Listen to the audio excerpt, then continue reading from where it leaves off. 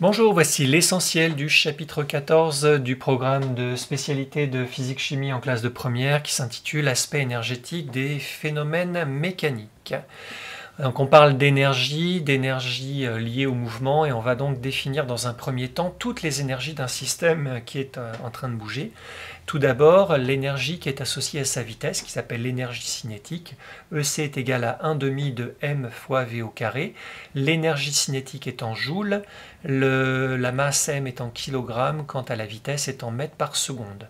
Le système qui est en train de bouger peut avoir une altitude qui évolue et donc il y a une énergie qui est associée à cette altitude qu'on appelle l'énergie potentielle de pesanteur, EPP.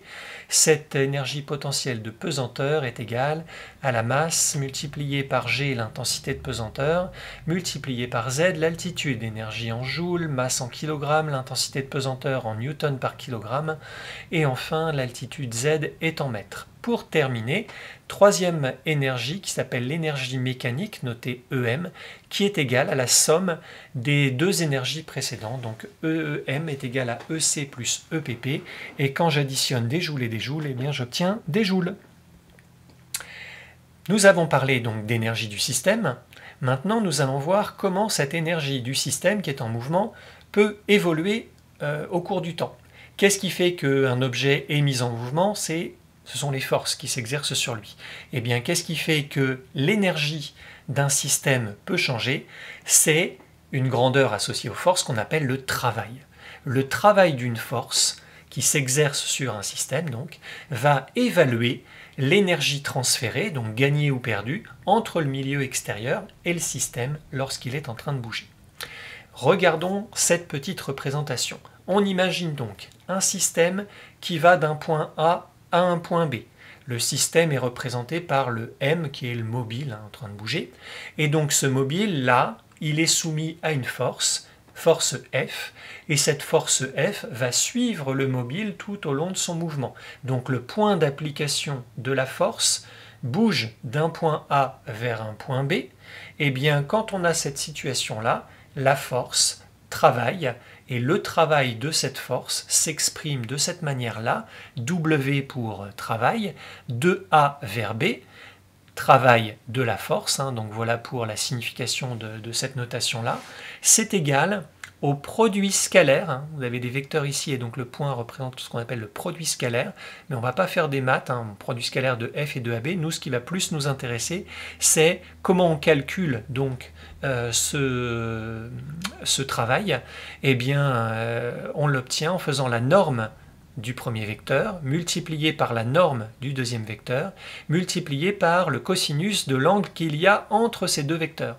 Et il se trouve que voilà, les deux vecteurs sont représentés ici, il y a un angle alpha entre les deux, donc vous devez retenir comment calculer le travail d'une force, norme de la force, norme du déplacement, multiplié par le cosinus de l'angle qu'il y a entre les deux. On parle bien d'une force qui est constante, donc il va avoir constamment la même direction, le même sens, et donc toujours le même angle par rapport au vecteur déplacement. Les unités et un travail, je l'ai mis dans la définition, ça exprime, ça évalue l'énergie transférée, donc c'est une énergie, c'est une forme d'énergie qui s'exprime en joules. La force F s'exprime en newton, le déplacement AB en mètres. Attention à votre calculatrice, quand vous faites le calcul, il faut bien qu'elle soit réglée en degrés. La plupart du temps, les angles sont fournis en degrés, donc il faut bien que votre calculatrice soit réglée dans la bonne unité pour ce qui est de l'angle. Et on va voir donc les différentes situations qui se présentent par rapport à la valeur de alpha, par rapport à l'angle donc entre la force et le déplacement. Première situation qui correspond au dessin. Vous avez un angle alpha qui est compris entre 0 et 90, 90 degrés exclus. Cosinus d'un tel angle, eh bien ça nous donne un résultat qui est entre 0 et 1, autrement dit qui est positif. Et donc si on a ici cosinus alpha qui est positif, multiplié par la norme AB multiplié par la norme de F, forcément le résultat est positif. Donc si le travail d'une force est positif, on dit qu'il est moteur, et concrètement, ça veut dire que le système va gagner de l'énergie. Deuxième situation, l'angle est égal à 90 degrés, donc la force agit de manière perpendiculaire au déplacement. Cosinus de 90 degrés, ça vaut 0. 0 fois quelque chose, ça fera toujours 0. Donc le travail est nul dans ce cas-là. On dit aussi que la force ne travaille pas. Et concrètement, le système n'échange pas d'énergie, il n'en gagne pas et il n'en perd pas. Enfin, troisième situation, l'angle est cette fois entre 90 degrés et 180. On a donc un cosinus qui va être compris entre 0 et moins 1, c'est-à-dire négatif. Le travail, lui aussi, sera négatif. Et on parle dans ce cas de travail résistant. Le système perd de l'énergie. Au cours de son mouvement, d'un point A vers un point B, le système peut être soumis à une seule force, pourquoi pas, mais il peut être soumis à plusieurs forces. Et donc, il y a des forces qui peuvent faire gagner de l'énergie pendant que d'autres en font perdre. Et si on veut faire le bilan de tout ça, eh bien, il va falloir additionner les différents travaux. Donc tout ça est fait au travers d'un théorème qu'on appelle le théorème de l'énergie cinétique. Et voilà à quoi il ressemble, ce théorème de l'énergie cinétique. Il nous dit que la variation, la delta, de l'énergie cinétique entre le point A et le point B est donc égale à l'énergie cinétique finale, c'est-à-dire au point B, le point d'arrivée, moins l'énergie cinétique initiale, point de départ, le point A. Une variation, c'est toujours comme ça, c'est final moins initial. C'est égal à la somme des travaux des forces entre le point A et le point B. Donc s'il y a 3 forces, il faudra additionner le travail de la première, le travail de la deuxième, le travail de la troisième. Donc on fait le bilan des forces, on exprime chacun des travaux, on les calcule éventuellement, et ensuite on fait la somme des 3 pour calculer, pourquoi pas, une vitesse au point B ou une vitesse au point A, puisque ECB moins ECA, ça donnerait 1 demi de MVB carré moins 1 demi de MVA carré. Et donc voilà. Une fois qu'on a exprimé ce théorème, on peut être amené en fonction de l'exercice à calculer une vitesse, la norme d'une force, le déplacement par exemple du système, etc., etc. Alors on peut utiliser donc l'énergie cinétique au travers de son théorème, mais on peut aussi résoudre un exercice grâce à l'énergie mécanique et ses variations. Pour cela, juste avant, on va définir ce qu'on appelle une force conservative.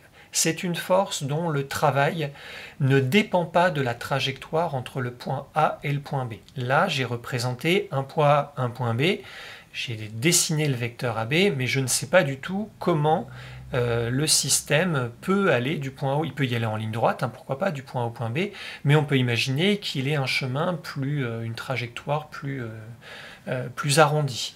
Et si le travail de la force est le même qu'on y aille en ligne droite ou par un chemin détourné, eh bien dans ce cas-là, on a affaire à une force qui est dite conservative. Donc on ne vous demandera pas de le démontrer qu'une force est conservative ou non, soit on vous le dira, ou bien il y a des forces dont vous devez savoir qu'elles le sont ou non.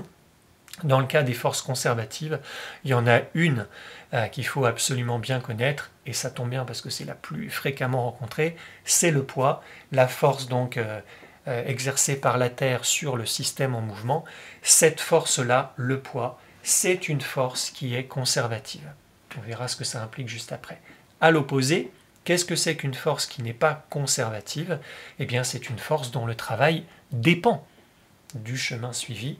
Et un exemple très célèbre pour une force non conservative, ce sont des frottements donc entre le système et son environnement. Le frottement a un travail qui dépend du chemin suivi. Alors, conservative, non conservative, qu'est-ce qui se conserve, qu'est-ce qui ne se conserve pas? Évidemment, c'est de l'énergie, et de l'énergie mécanique, là en l'occurrence. Si on a affaire à un système qui est soumis à des forces conservatives, eh bien l'énergie mécanique, c'est-à-dire l'énergie totale, cinétique plus potentiel de pesanteur, l'énergie mécanique du système va se conserver. Conserver, ça veut dire qu'elle est la même tout le temps, entre le point A et le point B. Comment ça s'écrit? Si ça se conserve, ça veut dire que ça ne change pas, donc EMB moins EMA égale 0, ou EMB égale EMA, exactement la même chose, ou bien variation de l'énergie mécanique entre le point A et le point B est égale à 0, tout ça veut dire exactement la même chose. Deuxième situation, si on a affaire à un système qui est soumis à une ou plusieurs forces non conservatives, si on a plusieurs qui ne se compensent pas, parce que là, on peut tomber sur des cas tordus, bon, ce ne sera pas le cas dans vos exercices. Donc, si on est dans cette situation-là, l'énergie mécanique, cette fois, ne va pas se conserver. Donc, qui dit ne se conserve pas, elle varie. Et donc, cette variation d'énergie mécanique entre le point A et le point B, qui, par définition, variation finale moins initiale, hein, EMB moins EMA, elle sera égale à la somme des travaux des forces, mais attention, ce n'est pas la même chose qu'ici, somme des travaux des forces non conservatives. Il ne peut y en avoir qu'une, les frottements. Pourquoi pas une situation plus complexe? En général, il n'y en a qu'une. Hein. Donc on a variation de l'énergie mécanique est égale au travail de la force de frottement. Mais imaginons une situation où il y ait plusieurs forces non conservatives, il faudrait donc faire la somme des travaux. Et là encore, comme avec le théorème de l'énergie cinétique, on va se retrouver d'un côté de l'égalité avec énergie mécanique, c'est-à-dire cinétique plus potentiel, qui fait intervenir de la vitesse, des altitudes, et de l'autre côté, travail de force, donc norme de la force fois le déplacement. Donc on va avoir une belle équation, et dans cette belle équation, eh bien, on vous demandera de calculer une des grandeurs connaissant les autres. Et donc voilà comment on est amené à résoudre ce genre d'exercice.